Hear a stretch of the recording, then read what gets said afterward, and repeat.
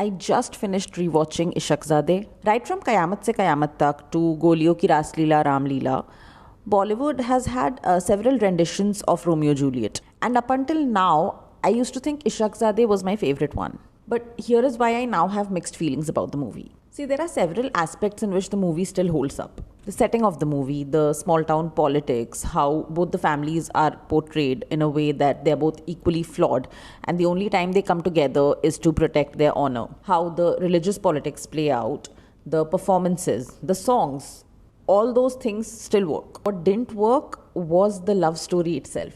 Because Parma and Zoya's relationship doesn't just simply go from hate to love. Parma deceives Zoya into getting her consent and then humiliates her.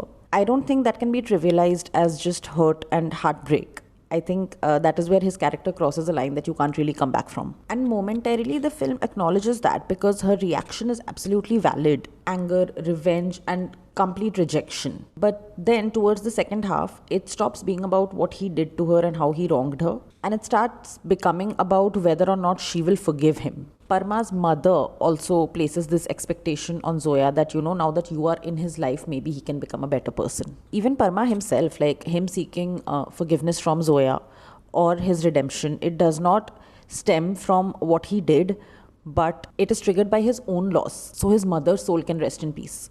And in all this, the responsibility of Parma's redemption falls on Zoya. That's why by the end of it, the movie left me feeling a little uncomfortable, because for a film that got every other thing right, this particular relationship dynamic, which is the central theme of the movie, left a strange aftertaste. I don't think this one's aged too well. What are your thoughts?